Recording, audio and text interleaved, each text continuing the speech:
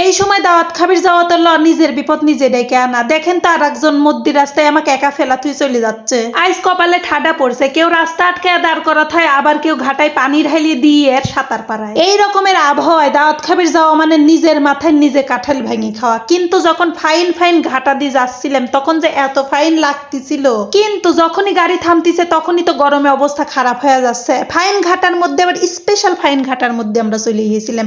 দেখেন তো ঘাটায় কি ফাইন পানি ঢেলে দিয়ে ছোটখাটো সমুদ্র সৈকত বানানো হয়েছে। এটি যদিও বা মানুষের পানি ঢেলে দেওয়ালা, এটা আল্লাহর দেওয়া বৃষ্টি। ভাঙাচোরা রাস্তা মানে মেন গ্রামের মধ্যে ঢুকে পড়েছি। যদিও বা এখন শহর আর গ্রামের তফাৎ করা যায় না, কারণ শহরে এরকম মেলা ভাঙাচোরা আছে। এখানে আবার আমার এক প্রিয়সী আমাদের ঘাটা আটকা ধরলো। কি আর করার, মেলা দিন পর ঘাটা আটকা ধরিছে, তাকে এখন চায়া চায়া দেখাই লাগবে না ইচ্ছা থাকা সত্ত্বেও। তারপরেও যত যাই কই প্রিয়সীক দেখতে কিন্তু আমার ফাইনই লাগে। কুটি বেলায় কত দৌড় মারি মারি যায় তাক দেখতাম, এখন চোখের সামনে পাইছি জন্য কি অবহেলা করবো নাকি? কুটি বেলায় আমার মতো এরকম প্রিয়সিক দেখার জন্য কিডা কিডা ঝাইরিয়ে দৌড় মারিছে।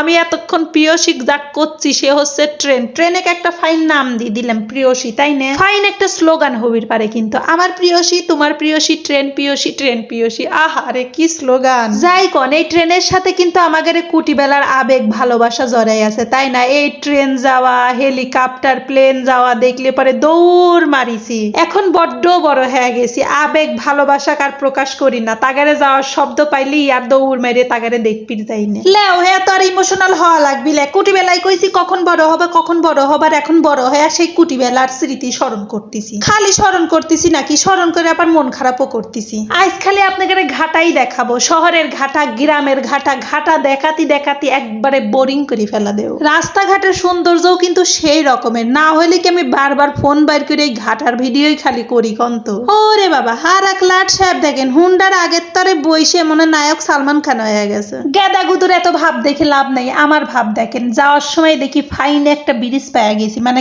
গাং সাথে ব্রিজ দেখে তো আমি লাফ মারি হুন্ডার থেকে নাইবি পড়লাম, বুঝছেন? যে বড় একলাম যাও যাও তুমি, আমি এখানে একা একাই থাকবো। ও মা, কথা তো মুখ দিয়ে আমি কয়া ফেলা দিছি, সে দেখেন চলে যাও সারা, সে আমার থুই চলে যাচ্ছে। এই কোনো কথা হইলো কন? এত ফাইন জায়গাটা থুয়ে আমাকে একা ফেলা থুয়ে সে কি একা একা চলে যাবির পাইল কন? তো দাওয়াতটা মনে হয় সে একাই খাবি। যাই হোক, অচেনা জায়গায় এসে এত রিক্স টিক্স নিয়ে লাভ নেই, তার পিছনে পিছনে আমি চলে যাই।